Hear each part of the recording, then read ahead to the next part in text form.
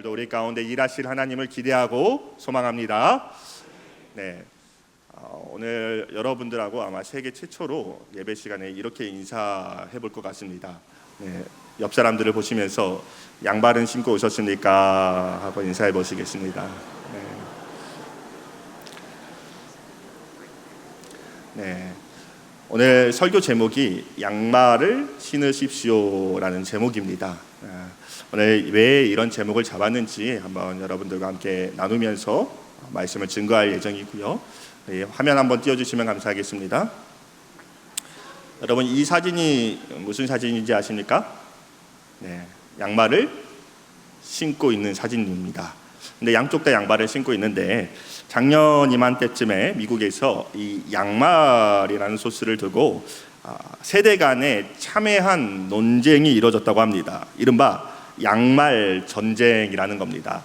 여러분, 사실 이 양말 전쟁은 미국에서만 있었던 게 아니라 아마 여러분들 가정에도 다 있었을 것입니다. 물론 결은 좀 다릅니다. 양말을 뒤집어서 놓느냐 안 놓느냐의 아마 전쟁이 모든 가정마다 있을 것인데요. 미국에서 일어났던 이 양말 전쟁은 그런 거와는 좀 다릅니다. 여러분, 이 사진을 보시면 아시겠지만 여러분들이 보시기에 어떤 분이 더 젊어 보입니까?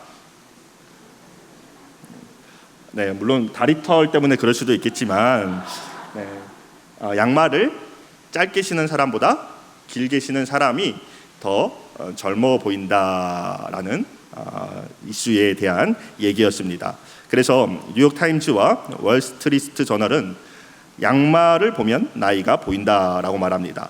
발목이 보이지 않는 이 시대를 G 세대라고 하고, 발목이 보이는 짧은 양말을 신은 세대를 M 세대라고 구분하는 것이죠.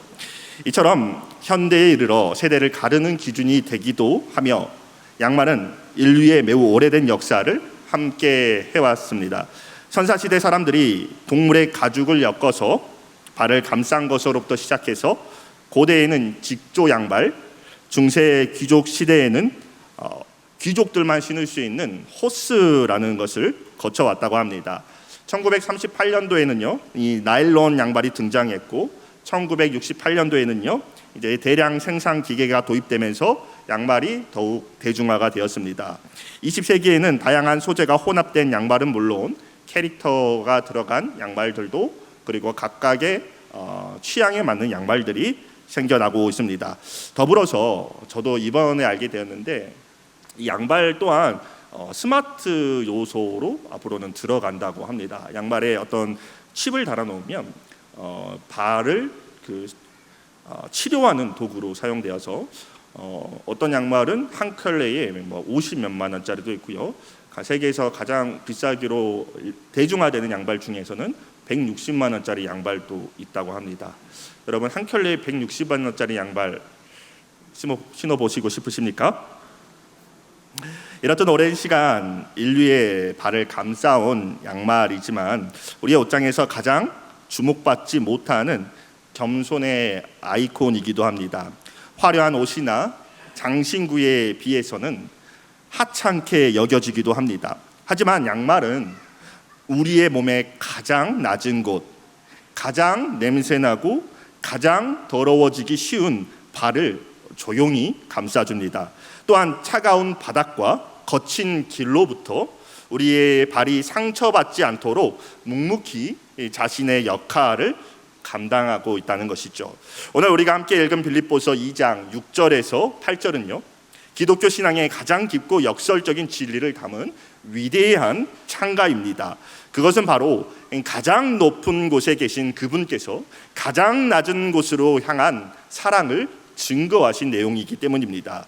여러분, 근본 하나님의 본체이신 분께서 스스로를 비워서 가장 낮은 사람의 모양의 형체를 입으시고 거기서 더 나아가 종으로 나타나시며 마침내는 가장 치욕스러운 죽음인 십자가에 이르기까지 낮아지셨다는 사실을 믿으시기를 바랍니다.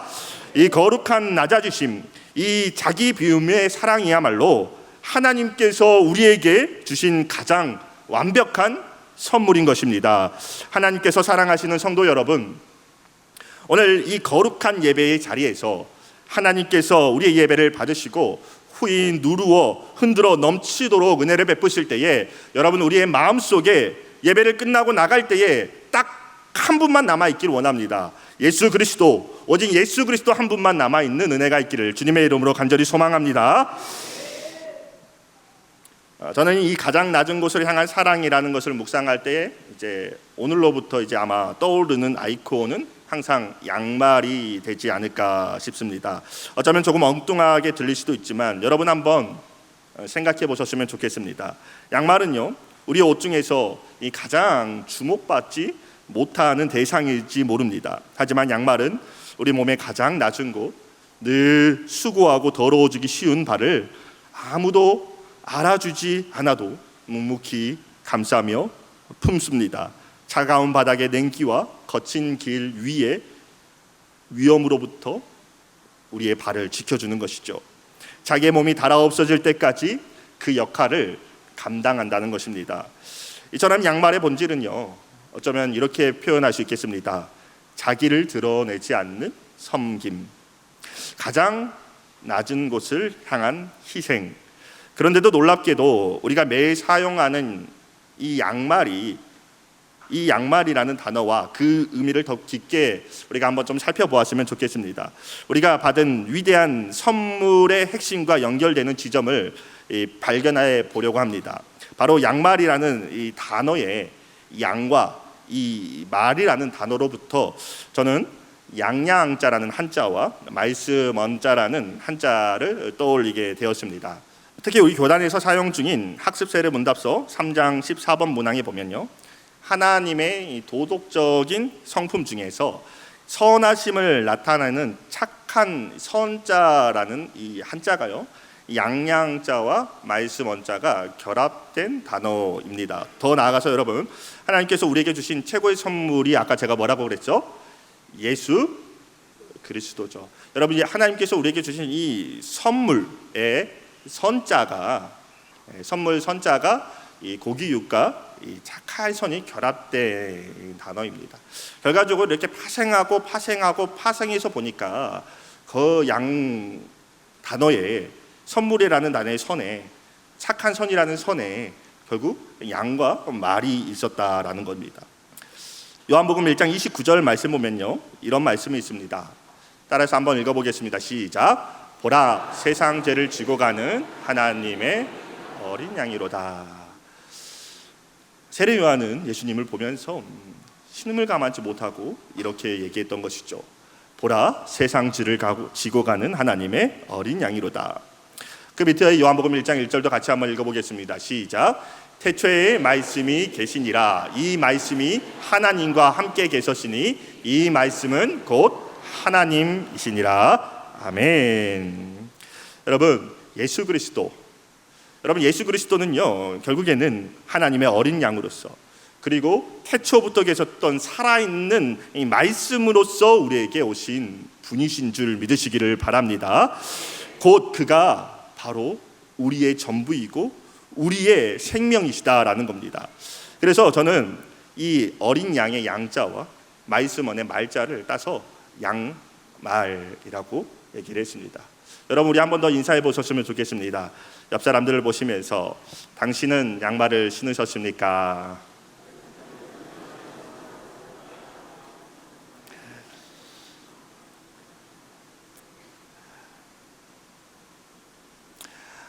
우리는 예수님을 믿는 사람들입니다. 우리는 그리스도인입니다.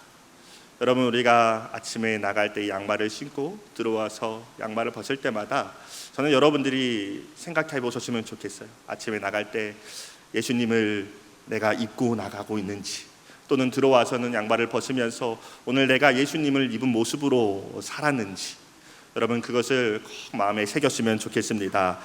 그래서 우리가 참된 예수님으로 살아가는 것, 참된 그리스도인으로 살아가는 것, 그 모양이 내 안에서 나타나기를 주님의 이름으로 간절히 소망합니다. 오늘 첫 번째로 나누기 원하는 것은요, 어린 양을 입으십시오라는 겁니다. 요한복음 1장 29절 말씀 보면 아까도 읽었던 것처럼 보라, 세상 죄를 지고 가는 하나님의 어린 양이로다. 어린 양은요, 구약 시대로부터 희생의 상징이었습니다. 유월절의 어린 양의 피로 죽음의 천사가 이스라엘 백성들의 대문을 넘어갔고요. 아브라함이 이삭을 바치려 할 때에도 하나님이 준비하신 것이 바로 양이었습니다. 성전에서 드려진 무수한 제사의 중심에는요, 어린 양이 있었습니다. 하지만 이 모든 어린 양들은 다 그림자에 불과했고 진정한 어린 양은 바로 예수님이셨죠. 오늘 본문 빌립보서 2장 6절에서 8절은 이 희생이 얼마나 완전하고 철저한 것이었는지를 우리에게 보여줍니다. 한번 말씀을 같이 한번 읽어보려고 합니다. 같이 한번 읽어보겠습니다. 시작. 그는 근본 하나님의 본체시나 하나님과 동등됨을 취할 것으로 여기지 아니하시고 오히려 자기를 비워 종의 형체를 가지사 사람들과 같이 되셨고 사람의 모양으로 나타나사 자기를 낮추시고 죽기까지 복종하셨으니 곧 십자가에서 죽으심이라. 아멘. 여러분, 이 말씀 안에는요, 세 단계의 하강 또는 자기 비하가 있음을 보여줍니다. 첫 번째는요, 하나님께서 신성에서 인성으로 하강하신 것입니다. 두 번째는요, 예수님께서 주인에서 종으로 하강하신 것이죠. 세 번째는요, 예수님께서 생명에서 죽음으로 하강하신 겁니다. 여러분, 사실 이것들은요, 예수님이 경험하지 않으셔도 되는 겁니다. 예수님께서는요, 이 중에 어떤 것도 경험할 필요가 없는 분이시죠. 그런데 예수님은 이것을 경험하셨습니다. 여러분, 이것을 왜 경험하셨습니까? 여러분, 이것을 왜 예수님이 감내하셨습니까? 하늘 보좌에 계시던 그분께서 천사들이 거룩하다며 찬양받기에 합당하신 분이라고 그 찬양을 듣는 그분께서 왜 이것들을 경험해서 하셨냐는 것입니다. 여러분, 우리를 구원하시고 우리를 사랑하셨기 때문임을 믿으시기를 바랍니다. 이것은 멀리서 우리를 동정하면서 밧줄을 던져주는 그런 구원의 방식이 아니었습니다. 여러분, 우리가 가장 깊은 죄의 심해에 빠져서 허우적거릴 때에 아무 희망도 없고 아무 소망도 없는 그 죄의 깊은 심해 속에서 이제 죽기만을 바라고 있을 때에 하나님이신 예수님께서 직접 그 가장 깊은 곳으로 뛰어내려 오셔서 우리를 안고 물 바깥으로 나오신 사건이라는 것이죠. 여러분, 물 위에 떠 있는 사람들은요, 구명 튜브를 던져주면 끌어낼 수 있습니다. 그러나 심해의 가장 깊은 곳에 가라앉고 있는 사람은요, 결국에는 그 위치까지 들어가서 그를 끌고 나와야 하는 것입니다. 죄의 가장 깊은 곳에 있는 우리를 구원하기 위해서 우리의 모든 죄를 다 지신 예수님의 은혜는요, 나를 위해 가장 깊은 심해까지 오신 그 사랑임을 믿으시기를 간절히 바랍니다. 여러분, 이것이 바로 성육신의 사건이고 우주 역사상 가장 위대하신 공감의 행위였습니다. 여러분, 공감이라는 것은 단순히 상대방을 불쌍히 여기는 것이 아니죠. 그것은 상대방의 신발을 신고 상대방의 입장이 되어보는 것입니다. 하나님께서는 우리의 고통을 하늘 보좌에서 머리로만 이해하신 것이 아니라 친히 인간이 되어서 우리의 모든 연약함과 슬픔 그리고 죽음의 공포까지도 겪으셨다는 사실을 믿으시기를 바랍니다. 우리의 배고픈 것, 목마른 것, 피곤한 것, 우리처럼 오해를 받으셨고요, 배신을 당하셨고요, 외로우셨습니다. 여러분, 왜 그것을 그분이 감내하셨습니까?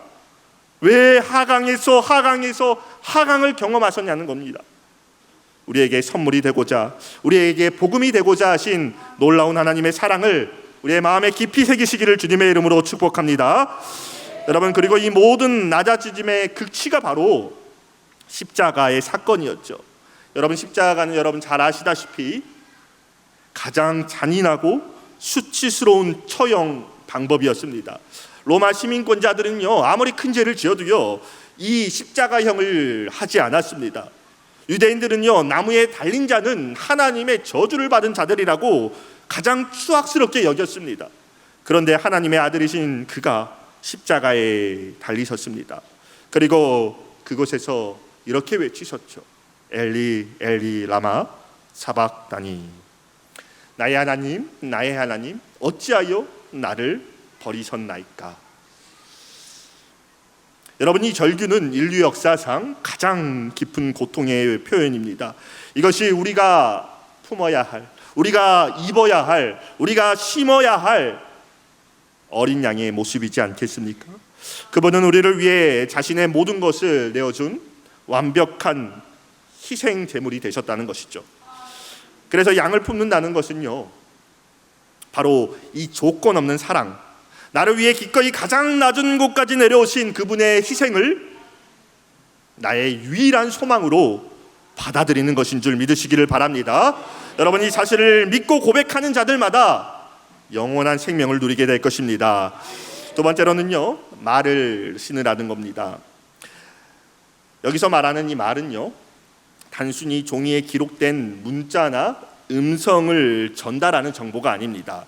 그것은 하나님 나라를 움직이는 살아있는 원리이자 인격 자체이신 예수 그리스도를 의미합니다. 요한복음 1장 1절에서 이렇게 선포하셨죠. 태초에 말씀이 계시니라. 이 말씀이 하나님과 계셨으니 이 말씀은 곧 하나님이시라. 그리고 14절에서는요, 이렇게 얘기합니다. 말씀이 육신이 되어 우리 가운데 거하셨다. 여러분, 예수님은요, 우리 가운데 거하시기 위하여 오신 분이시라는 것입니다. 이 말씀의 원리는요, 여러분, 세상과는 정반대되는 것입니다.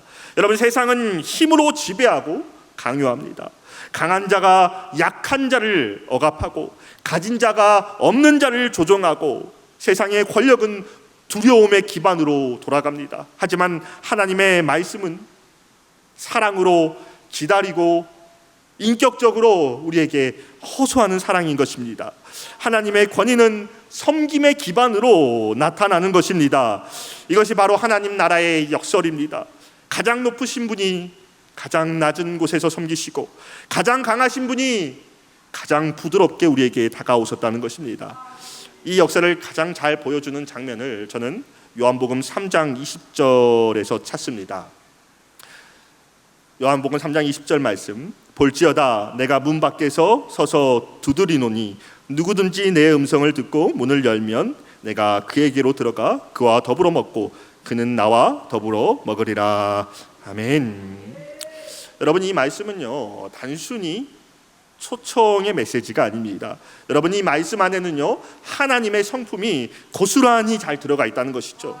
여러분, 전능하신 하나님께서 여러분 한번 생각해 보셨으면 좋겠습니다. 우리의 마음 문이 열리기까지 그 문 밖에서 기다리고 계시다는 것.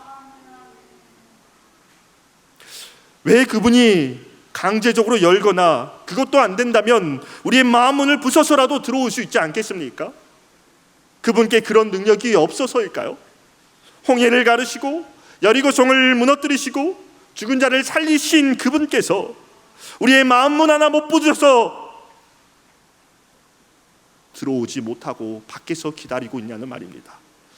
여러분, 하나님께서 왜 그러실까요? 여러분, 저는 오늘날 이것을 가정에서 이유를 찾아봅니다. 요즘 가정에서 아이들과 단절의 문제들이 생기는데 같은 집에 있음에도 불구하고 문 하나가 그 관계를 가로막고 있습니다. 요즘 부모님들은요, 아이들에게 똑똑똑 물어보고 들어갑니다. 그런데 부모와 자녀가 싸웠을 때, 아이가 문을 닫았을 때 그 문을 강제적으로 열고 들어간다면 여러분, 그 관계가 해결이 될까요? 어쩌면 자녀의 얼굴은 볼 수는 있겠죠. 그런데 그 만들어진 문이 아니라 아마 자녀의 문이 영원히 닫혀버릴지도 모르겠습니다. 여러분, 하나님께서 우리의 마음 문을 강제로 열지 않은 이유는요, 하나님께서 우리를 로봇이나 아바타나 또는 그와 같은 것으로 지으신 게 아니기 때문입니다. 우리를 자유의지를 가진 인격체로 창조하셨습니다. 강제로 문을 열지 않는 것은, 강제로 문을 연다면 복종을 얻을 수는 있겠지만 사랑에 기반한 관계를 형성할 수 없기 때문입니다. 사랑을 강요할 수 없기 때문입니다. 사랑은 선택받아야 합니다. 하나님께서 사랑하시는 성도 여러분, 하나님이 원하시는 사랑은요, 정복이 아닙니다. 만약 정복하시려고 하셨다면 이미 정복하셨을 것입니다. 하나님이 원하시는 것은요, 친밀한 교제이고 화목인 줄 믿으시기를 바랍니다. 그분은 우리의 왕이신데도 불구하고 우리와 함께 그 식탁에 앉아서 하하호호하면서 우리와 화목하고 싶다는 것입니다. 이것이 바로 임마누엘의 하나님께서 우리와 함께 하신다는 그 성품이 아니겠습니까? 그래서 하나님은 두드리시죠. 조용히 끈기 있게 사랑으로 우리의 마음의 문을 두드리십니다. 때로는 말씀으로, 때로는 환경으로, 때로는 사람들을 통해서 우리의 마음을 두드리시는 거죠. 그리고 우리의 마음의 문을 우리가 열고 나오기를 기다리십니다. 여러분, 이것이 얼마나 놀라운 겸손입니까? 우주를 창조하신 창조주께서 피조물의 문 앞에서 기다린다고 생각해 보십시오. 여러분, 와닿지 않으면 이렇게 생각해 보셨으면 좋겠습니다. 여러분들의 사장님이 또는 여러분들의 담임 목사님이 여러분들이 문이 열고 나오길 때까지 하루고 이틀이고 기다린다고 생각해 보십시오. 하물며 여러분들을 위해 모든 것을 주신 예수님은 어떠하겠습니까? 모든 것의 주인이 되신 그분께서 우리의 초대를 기다리고 계십니다. 이것이 바로 하나님의 사랑의 본질인 줄 믿으시기를 바랍니다. 바로 여기서 우리가 죽어야 할 이유를 발견합니다. 예수님께서 자신을 비워서 우리에게 오셨듯이 우리도 오늘 내 자신의 가장 귀한 자리, 오늘 우리가 마지막에 불렀던 찬양처럼 내 마음의 가장 귀한 자리를 비워서 예수님을 초청해야 될 줄 믿으시기를 바랍니다. 내 안에 나의 계획과 욕망과 교만과 자기 의로 차 있을 때에 여러분, 주님은 그곳에 들어올 수 없습니다. 두 명의 왕이 한 보좌에 앉을 수 없는 것처럼 성경은 말하죠. 하나님과 만몬을, 재물을 동시에 섬길 수 없다라고 합니다. 내 욕심, 내 욕망, 나의 것, 내 이기적인 것을 내려놓을 때에 그곳에 주님이 들어와 역사하심을 믿으시기를 바랍니다. 그래서 말을 품는다는 것은 이처럼 세상의 논리를 거스리는 하나님의 나라의 역설의 원리를 받아들이는 것입니다. 나의 자아를 부인하여 그 말씀이 내 삶의 주인이 되게 하는 것이라는 것이죠. 이 역설의 왕국에는요, 가장 먼저 된 자가 가장 나중이 되고요, 가장 높은 자가 가장 낮은 자가 됩니다. 그러고 자기의 목숨을 잃는 자는요 얻게 되고요, 자기 자신을 부인하는 자는요 자기의 참 자아를 발견하게 된다는 것입니다. 오직 예수로 사는 것, 세상이 뭐라 해도 예수로 사는 것, 이것이 바로 복음의 핵심인 줄 믿으시기를 바랍니다. 그래서 저는 여러분들에게 이렇게 선포합니다. 여러분, 어린 양으로 오신 예수님, 말씀으로부터 오신 예수님을 여러분들의 마음에 심으시고 입으시고 양말을 신으시기를 바랍니다. 이제 우리를 위해 어린 양이신 예수님과 태초로부터 향한 그 말씀의 복음을 우리의 삶에서 마음껏 드러내셨으면 좋겠습니다. 그래서 그 양말, 예수님이 복음을 품는 자의 모습은 어떤 모습일지 저는 이렇게 얘기합니다. 고린도후서 4장 7절 말씀 우리 한번 같이 읽어보겠습니다. 시작. 우리가 이 보배를 질그릇에 가졌으니 이는 심히 큰 능력은 하나님께 있고 우리에게 있지 아니함을 알게 하려 함이라. 여러분, 성경은 인간을 질그릇이라고 비유합니다. 여러분, 질그릇은 흙으로 만들어진 그릇이고요, 요즘처럼 이렇게 열가공을 하지 않은 그릇입니다. 그러면 이 질그릇이 가진 가장 큰 특징은 뭐냐면요, 깨지는 겁니다. 그런데 사람들은요 누구나 다 내가 가지지 않는 것을 가지고자 하는 욕망이 있습니다. 그래서 내가 잘 깨지기 때문에 깨지지 않는 금그릇이나 다이아몬드 그릇을 부러워하는 것이죠. 여러분, 그런데 우리는요 잘 깨지도록 만들었습니다. 왜냐하면 우리 안에 보배를 담았기 때문입니다. 여러분, 그릇이 있는데 그 안에 보배를 담았습니다.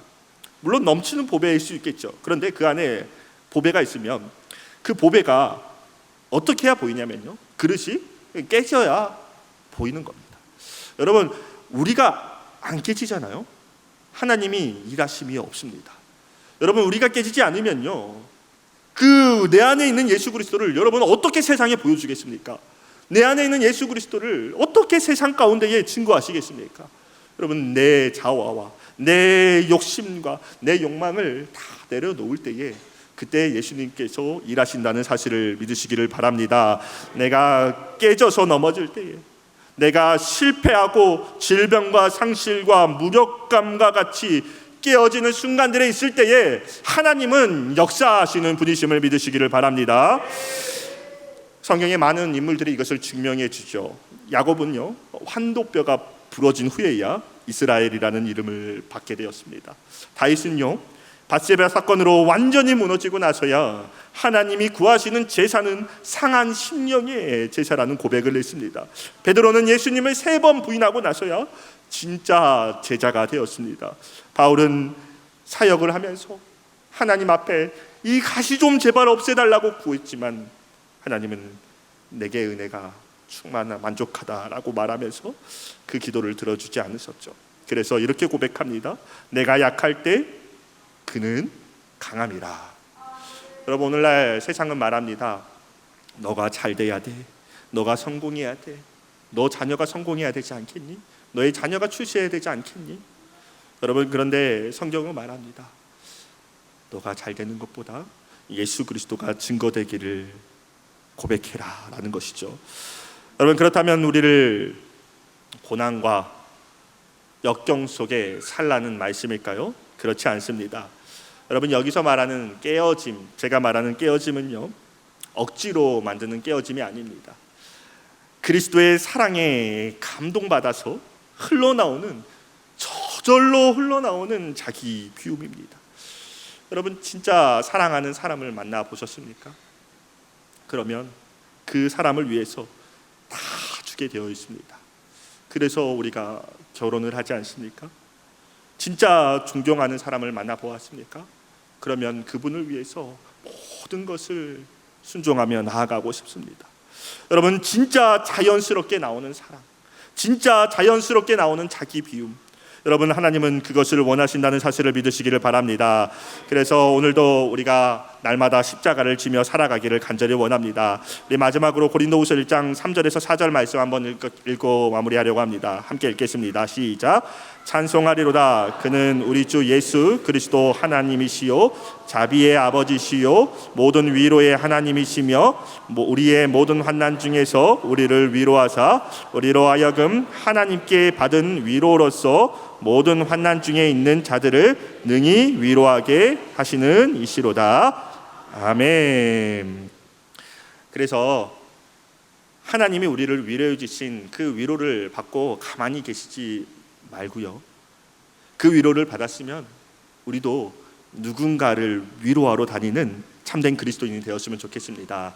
예수님이 가장 낮은 곳으로 오셔서 우리의 선물이 되어주셨던 것처럼 우리도 누군가의 선물이 되어주기를 원합니다. 그런데 가장 찬란한 선물 말고요, 가장 보잘것없는 양말 같은 선물이 되어주셨으면 좋겠습니다. 가장 치부의 부분을 만져주고 안아주고 보듬어주는 그런 삶을 사셨으면 좋겠습니다. 여러분, 왜 그렇게 살아야 됩니까?